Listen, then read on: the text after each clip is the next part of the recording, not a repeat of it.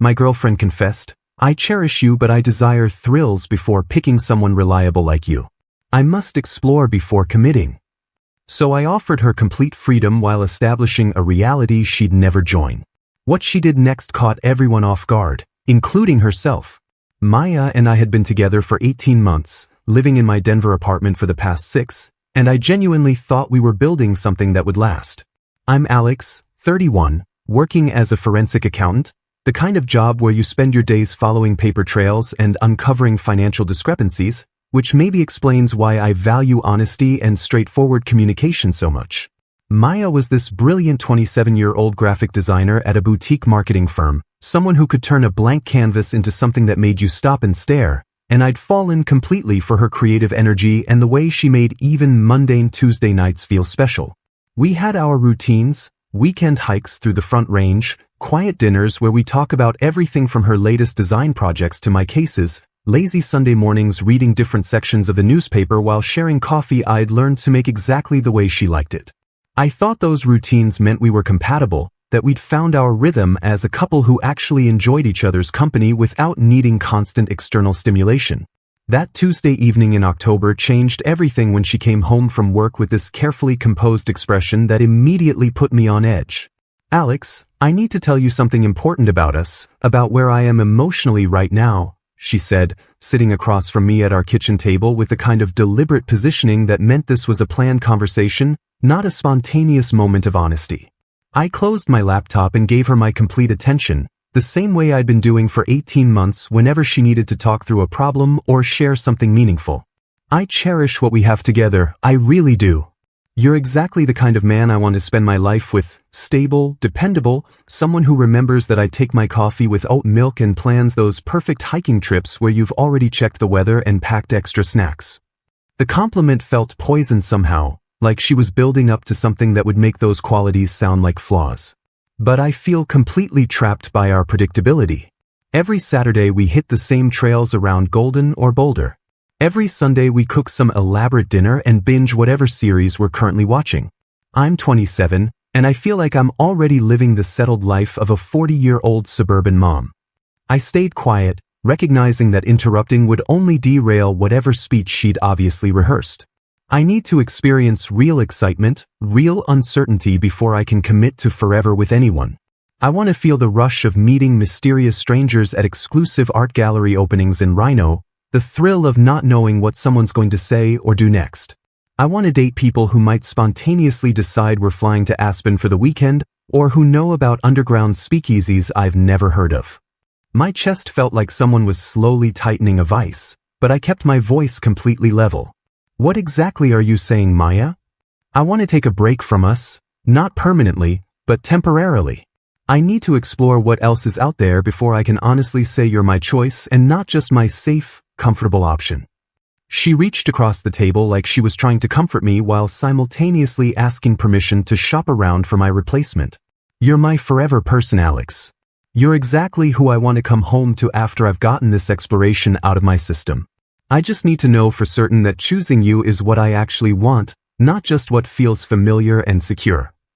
The word, choosing, made it sound like I was a car she was considering purchasing after test driving a few sportier models. So you see being with me as settling for security over excitement? That's not what I meant at all. I just need to validate that you truly are my best possible option by experiencing what else might be available out there. I stared at her for what felt like several minutes, processing the fact that the woman I'd been mentally picking out engagement rings for had just asked me to wait patiently while she determined if I was worth committing to.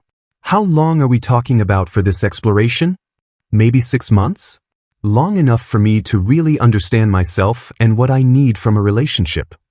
6 months of being her backup plan while she test drove other men to see if they offered better features than my reliable model. 6 months of wondering if every day that passed was bringing her closer to finding someone who made me completely obsolete.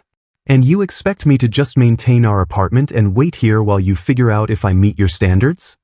It's not about standards, Alex. You're wonderful exactly as you are. It's about me needing absolute certainty before I commit to something as serious as engagement and marriage and building a whole life together. What happened next apparently wasn't part of Maya's carefully rehearsed script, because the look on her face when I responded told me she'd expected tears, pleading, or desperate negotiation tactics to keep her from walking away. Instead, I leaned back in my chair and said something that clearly caught her completely off guard. "You're absolutely right. You should have complete freedom to explore whatever you need to explore." I watched her blink several times, like she was processing a response she hadn't anticipated.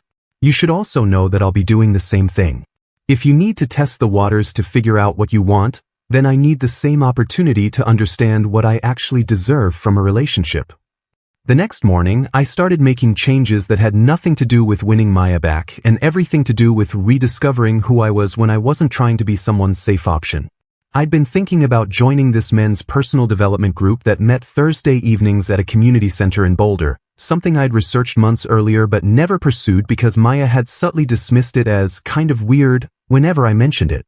The group was led by James, a divorced architect in his mid-40s who had this calm, straightforward way of talking about rebuilding your identity after major life changes. "Most of us end up here because we've been living someone else's version of who we should be," he said during my first meeting. "The real work is figuring out who you actually are when nobody else's opinion matters." That same week, I signed up for competitive chess training with a local master named Victor, something I'd loved in college but had gradually abandoned because Maya found it too nerdy for our social circle. I'd forgotten how much I enjoyed the pure mental challenge, the way a good match could make 3 hours feel like 30 minutes, the satisfaction of seeing a strategy play out exactly as you'd planned it 15 moves earlier. Maya had been dismissive whenever I'd suggested we spend an evening at the chess club, claiming she didn't want to sit around watching me play boring games with antisocial people, so I'd stopped bringing it up. Now I was training twice a week and already planning to enter regional tournaments. I also enrolled in wilderness survival courses through the Colorado Mountain School, learning skills like fire building, orienteering, and emergency shelter construction in the actual Rocky Mountains. There was something deeply satisfying about mastering practical skills that could actually keep you alive, about building confidence that came from real competence rather than someone else's approval. Maya had always preferred our hikes to stay on well-marked trails with clear bathroom facilities and cell phone reception, but I'd been curious about more challenging wilderness experiences for years. Meanwhile, Maya dove headfirst into Denver's upscale social scene with the enthusiasm of someone finally free to pursue her authentic self. She started attending exclusive rooftop parties in Lodo, networking events at trendy galleries in the art district, and high-end social gatherings where people wore clothes that cost more than my monthly car payment. Within 2 weeks, she'd connected with Carter, a charismatic real estate developer who drove a white Tesla Model S and had this effortless way of talking about spontaneous weekend trips to Aspen like they were as casual as grabbing coffee. "Carter completely gets my need for excitement and spontaneity," Maya told me during one of our awkward check-in conversations. Last Saturday, he decided at 2 p.m. that we should drive to Vail for dinner, and we ended up staying at this incredible boutique hotel and having the most amazing weekend. I was heading out to my wilderness survival course when she shared this update, my backpack loaded with gear for learning how to purify water and navigate by stars. "That sounds really exciting for you," I said, and genuinely meant it. The difference was that I was no longer sitting around wondering if her excitement with other men meant I was inadequate. I was too busy discovering things about myself that I'd forgotten existed. 2 months into our exploration period, Maya's Instagram stories painted a picture of the glamorous life she'd been craving: expensive dinners at restaurants with unpronounceable names, private art gallery events where everyone looked like they'd stepped out of a fashion magazine, and weekend getaways to mountain resorts that probably cost more than I made in a month. But when she called me after a particularly elaborate evening at some exclusive rooftop bar downtown, I could hear something strained underneath her enthusiasm. "How are things going with Carter?" I asked, genuinely curious rather than fishing for reassurance about my own prospects. "Oh, amazing. He's everything I thought I wanted: sophisticated, successful, always planning these incredible experiences." There was a pause that felt loaded. "It's just, sometimes I feel like I'm performing in someone else's life instead of actually living mine." I was on my way to chess training when she called, and I found myself only half focused on her relationship updates because I was mentally reviewing an opening strategy Victor had taught me the previous week. "What do you mean by performing?" Carter's social circle is all about image and status. Everyone's constantly competing to have the most impressive story, The most exclusive experience, the most expensive everything. Last weekend in Aspen, I spent more energy worrying about whether my outfit was appropriate for the crowd than actually enjoying the scenery. She laughed, but it sounded hollow. I thought I wanted spontaneity, but Carter's version of spontaneous means dropping $3,000 on a weekend without discussing it first. It's exciting, but it's also kind of exhausting trying to keep up. Meanwhile, my own life had taken on a rhythm that felt genuinely satisfying for the first time in years. My chess skills had improved dramatically. I'd placed third in a regional tournament the previous weekend, something that gave me a quiet sense of accomplishment Maya would have dismissed as nerdy but that felt deeply meaningful to me. The wilderness survival courses had progressed to the point where I was now certified as a weekend guide, leading small groups through backcountry navigation exercises and emergency preparedness training in the mountains around Estes Park. There was something incredibly grounding about teaching people practical skills that could actually save their lives, about building confidence through real competence rather than external validation. James's personal development group had become a cornerstone of my week, a place where I could talk honestly about rebuilding my sense of self-worth without someone else's opinion defining my value. The interesting thing about Maya's exploration, I told the group one Thursday evening, is that I'm starting to realize I was settling for someone who saw my stability as boring rather than valuable, my interests as obstacles to overcome rather than parts of who I am. You were both settling, James observed.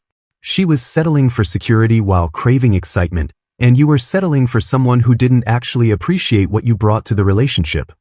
Maya's texts became more frequent as her glamorous new life started showing cracks. I miss our Sunday morning coffee ritual, she wrote after a weekend where Carter had apparently dragged her to 3 different networking events. These people don't actually talk to each other, they just exchange business cards and Instagram handles.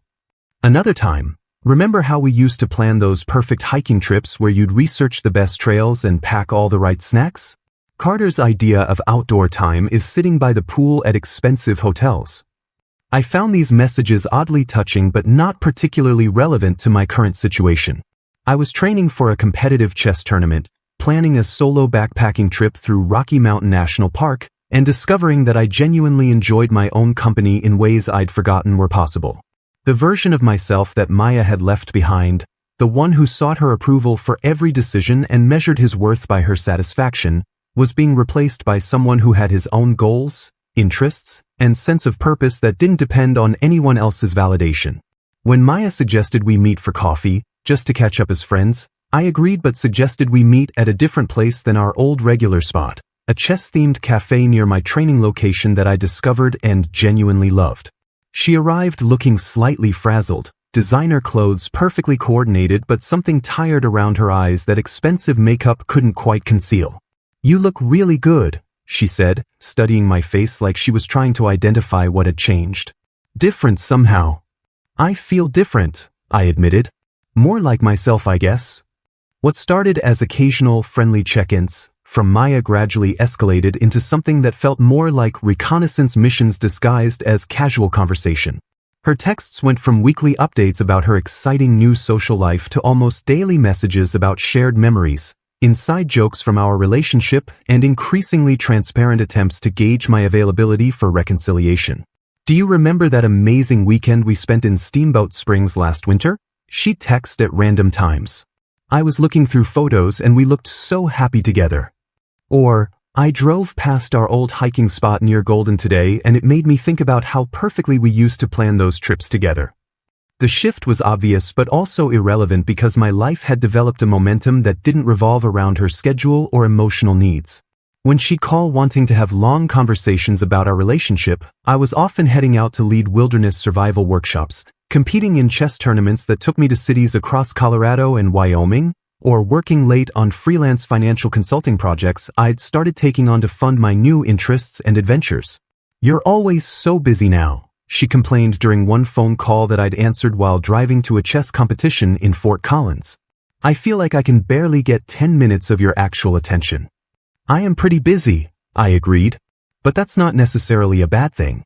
I'm doing stuff I actually enjoy for the first time in years." "But what about us? What about staying connected during this break?"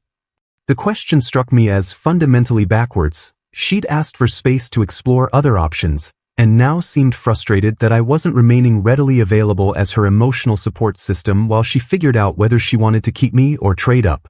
Maya, you asked for freedom to see what else was out there.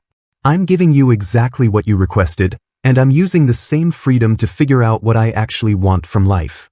There was a long pause before she said, I didn't expect you to become so independent. Independent?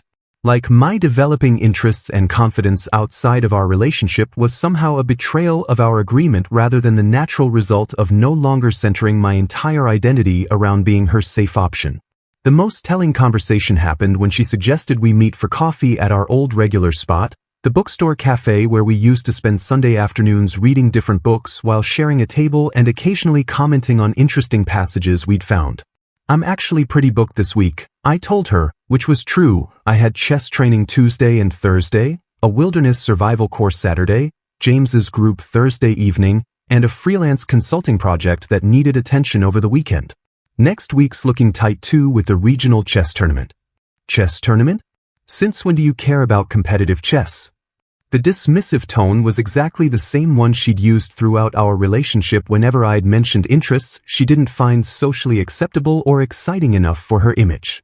Since I started taking it seriously about 3 months ago, I'm actually getting pretty good at it. But that's so. She stopped herself before finishing the sentence, probably realizing that calling my interests boring might not be the best strategy for someone hoping to eventually reconcile. It's just not very social, is it? The chess community is incredibly social, actually. I've made more genuine friends in the past few months than I had in years of trying to fit into social situations that weren't really my style. When we finally did meet for coffee 2 weeks later, Maya seemed genuinely shocked by how much my life had changed during our break. I mentioned the financial consulting work I'd been doing for small businesses, helping them identify inefficiencies and potential fraud, work that felt meaningful and utilized my skills in ways my regular job didn't always allow. I talked about the Wilderness Survival Certification Program and how satisfying it was to teach people potentially life-saving skills. I showed her photos from the chess tournament where I'd placed second in my division, surrounded by people who appreciated strategic thinking and mental challenges. You seem like a completely different person, she said, and I could hear something almost like loss in her voice.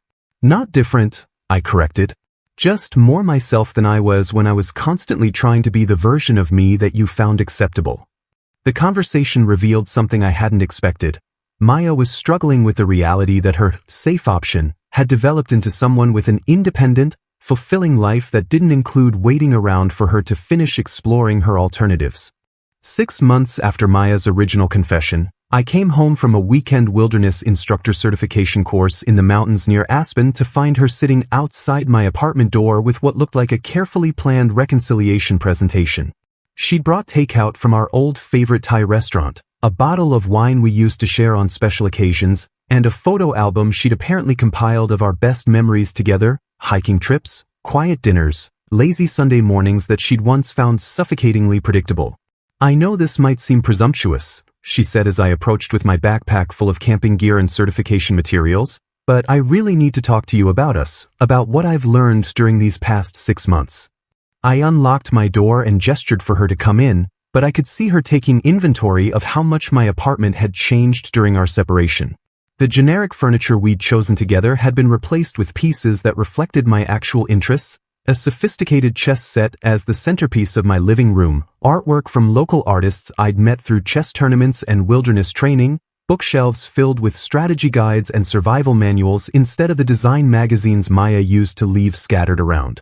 Your place looks completely different, she said, setting down her carefully arranged reconciliation props. More like you, I guess. I was putting my gear away when I heard a key turning in the lock, followed by Sarah's voice calling out, "How did the certification course go? Did you end up having to build that emergency shelter in the snow?" Sarah Chun was someone I'd met through the Wilderness Survival Program 3 months earlier, an emergency room nurse who shared my love of outdoor adventures and had this practical, down-to-earth approach to life that I found incredibly refreshing. She was brilliant, funny, and had never once made me feel like my interests were obstacles to overcome or aspects of my personality that needed fixing. We'd been dating seriously for 2 months, something I probably should have mentioned to Maya during our recent coffee conversation, but our relationship status hadn't seemed relevant to her complaints about my busy schedule. "Sarah," I called back, "we have company. Maya's here." Sarah appeared in the doorway carrying grocery bags, clearly planning to cook dinner together as we discussed before I left for the weekend. She took in the scene, Maya surrounded by takeout containers and photo albums, the obvious romantic setup, the tension in the room, and handled it with exactly the kind of calm competence I'd come to appreciate about her. "Hi Maya," she said warmly but without any awkwardness. "I'm Sarah. Alex has mentioned you." Maya's face went through several expressions very quickly: surprise, confusion, and something that looked almost like panic as she processed the fact that I hadn't been waiting around in relationship limbo while she explored her options. "Sarah's my girlfriend," I said simply, because there didn't seem to be any point in making the situation more complicated than it needed to be. "Girlfriend?" Maya's voice cracked slightly. "Since when?" "About 2 months now." I could see Maya mentally calculating timelines, probably wondering if Sarah was the reason I'd been so unavailable for her increasing requests to reconnect and analyze our relationship status. "We met through the Wilderness Survival Program." "I should probably give you two some privacy," Sarah said tactfully, but I shook my head. "Actually, I think it's better if you stay." Maya came to talk about reconciling, and I'd rather be completely transparent about where things stand. Maya launched into what was obviously a prepared speech about how the past 6 months had taught her that she'd been taking our relationship for granted, that she now understood the difference between excitement and genuine compatibility, that she was ready to commit fully to building the future we'd once talked about together. "I know I hurt you by asking for space," she said, tears starting to form in her eyes. "But I had to learn the hard way that what we had together was exactly what I actually wanted. All those spontaneous adventures and mysterious strangers. It's not real life, Alex. Real life is finding someone who knows how you like your coffee and plans ahead so you never have to worry about anything important." The irony wasn't lost on me that she was now describing as valuable all the qualities she'd once found suffocatingly predictable. I listened patiently to Maya's entire reconciliation speech, letting her explain how Carter had turned out to be emotionally unavailable despite his impressive lifestyle, how the glamorous social scene she'd craved was ultimately shallow and exhausting, how she now understood that genuine partnership mattered more than constant excitement. When she finished, I sat quietly for a moment, choosing my words carefully because I genuinely didn't want to be cruel, just honest. "Maya, I appreciate you being so direct about what you've learned, and I'm glad you figured out what you actually value in a relationship. But there's something important you need to understand about our break." I glanced at Sarah, who was listening respectfully but without any apparent anxiety about the conversation's direction. "You asked for time to explore your options because you wanted to make sure I was actually your best choice rather than just your safe option. That process taught me something equally valuable. I learned the difference between being someone's choice and being someone's backup plan." Maya's expression shifted as she began to understand where this was heading. "What I realized during these 6 months is that I don't want to be with someone who had to date other people to figure out if I was worth choosing. I want to be with someone who chose me from the beginning because they recognized what I brought to the relationship." I looked at Sarah, who smiled back with the kind of warmth that came from genuine affection rather than resigned acceptance. Sarah didn't need to explore other options to determine if I was good enough. She saw who I was and decided that was exactly who she wanted to be with. "But Alex," Maya's voice was getting desperate now, "I do choose you. That's what I'm here to tell you. I've learned my lesson, and I know for certain now that you're exactly what I want. The problem is that your certainty came from elimination rather than recognition. You're not here because you discovered something wonderful about me, you're here because the alternatives didn't work out." Maya started crying in earnest then, the kind of tears that came from realizing a mistake couldn't be undone. "That's not fair. People make mistakes. People need time to figure things out sometimes." "You're absolutely right," I agreed. "And you took the time you needed. But I took the same time to figure out what I needed, and what I learned is that I deserve someone who doesn't need to shop around to appreciate me." Sarah had been quietly observing from the kitchen, but now she joined the conversation with a kind of diplomatic directness that came from her medical training. "Maya, I hope this doesn't sound presumptuous, but from what Alex has told me about your relationship, it sounds like you both want very different things from life. You're looking for someone who can provide excitement and spontaneity, And Alex is someone who finds joy in planning and building stable foundations. She paused, clearly trying to be fair to everyone involved. There's nothing wrong with either approach, but they're not particularly compatible long-term.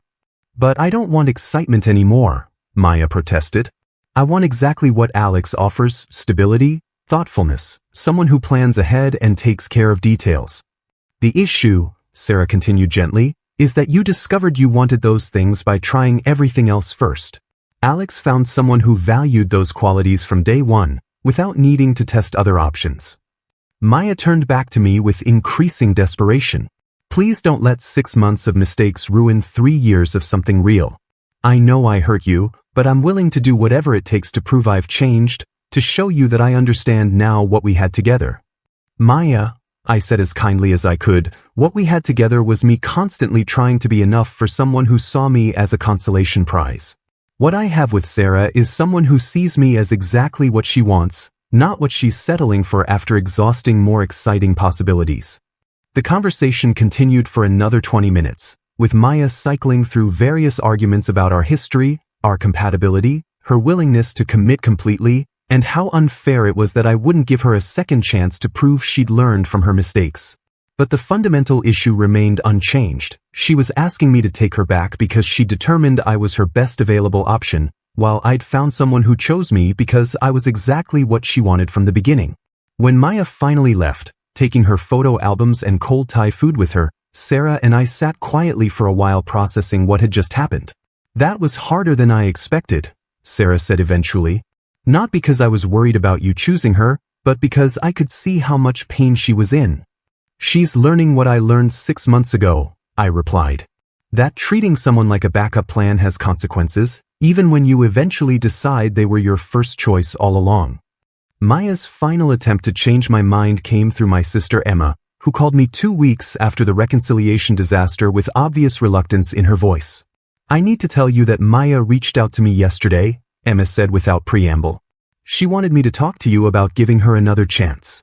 Emma and I had always been close. She was 3 years younger but had this practical wisdom that made her one of the few people whose relationship advice I actually trusted. She'd met Maya several times during family gatherings and had been diplomatically supportive without ever expressing strong enthusiasm about our relationship. What did she say exactly? I asked, genuinely curious about Maya's strategy for enlisting family pressure. She talked for about 20 minutes about how she'd made the biggest mistake of her life, how she realizes now that you're exactly the kind of man she wants to marry, how she's learned to appreciate stability and thoughtfulness instead of taking those qualities for granted. Emma paused. She also mentioned that she thinks Sarah is just a rebound relationship and that your history together should count for more than a few months with someone new. I found myself laughing, not from cruelty but from genuine amusement at Maya's fundamental misunderstanding of the situation. What did you tell her? I told her that I've never seen you as confident and genuinely happy as you've been since you started dating Sarah. That Sarah encourages your interests instead of treating them like obstacles to overcome. That you seem like yourself again in a way you hadn't for the last year or so of your relationship with Maya. Emma had always been perceptive about these things. I also told her that begging family members to pressure someone into taking you back isn't exactly the foundation of a healthy relationship. How did she respond to that? She got pretty emotional, started talking about how 3 years together should mean something, how everyone deserves a second chance, how she'd do anything to prove she's changed. Emma's tone suggested she hadn't been particularly moved by this appeal. Then she asked me if I thought you were making a mistake by choosing someone you barely know over someone who knows you completely. That question revealed everything about how Maya was still thinking about our relationship, as if intimacy and history automatically trumped compatibility and mutual respect. The thing is, Alex, Maya might know your coffee preferences and your work schedule, but Sarah knows who you actually are when you're being yourself instead of trying to be what someone else wants. 3 months later, Sarah and I ran into Maya at the Saturday Farmers Market in downtown Denver, something that probably should have been awkward but felt more like a chance encounter with a distant acquaintance. Sarah and I had been together for 5 months by then, and we developed the kind of easy compatibility that comes from two people who genuinely enjoy each other's company without needing to perform or compete for attention. We were shopping for ingredients for a dinner we'd planned to cook together before I left for a chess tournament in Wyoming the next morning, the kind of simple domestic routine that I'd once thought was boring but now recognized as the foundation of actual partnership. Maya looked smaller than I remembered, more uncertain, like someone who was still figuring out how to navigate the world without a backup plan waiting in the wings. She was alone, examining organic vegetables with the kind of focused attention that suggested she was trying to look busy rather than actually shopping with purpose. "Alex," she said when she noticed us, forcing a smile that didn't quite reach her eyes. "Sarah. How nice to see you both." "Hi, Maya," Sarah replied warmly, completely without the awkwardness I might have expected. "How are you doing?" "Good, really good. I'm actually dating someone new, Marcus. He's a photographer. We met at an art gallery opening." She was trying too hard to sound casual, like she needed us to know she'd moved on successfully. "That's great," I said and meant it. "I hope you're happy." There was a moment of silence before Maya said, "I saw on Instagram that you placed first in that chess tournament last month. Congratulations." "Thanks." It was pretty exciting. I could see her processing the fact that my interests had developed into genuine accomplishments rather than just hobbies she'd found socially embarrassing. "Sarah's been learning to play too. She's getting pretty good at it." Sarah laughed. "I'm terrible, but I love watching Alex compete. The strategic thinking is fascinating." Maya watched this exchange with something that looked like recognition, maybe understanding for the first time what it looked like when someone appreciated your partner's interests instead of tolerating them. "Well, I should let you get back to your shopping," she said finally. "Take care of yourselves." As we walked away, I realized that seeing Maya again had confirmed something important. I felt genuinely peaceful about how everything had worked out. Not vindicated or superior, just grateful that her need to explore had forced me to discover who I actually was when I wasn't trying to be someone else's version of acceptable. "She seems sad," Sarah observed as we picked out tomatoes for our dinner. "Do you feel bad about how things ended?" "I feel bad that she's struggling," I said honestly. "But I don't regret choosing someone who chose me first."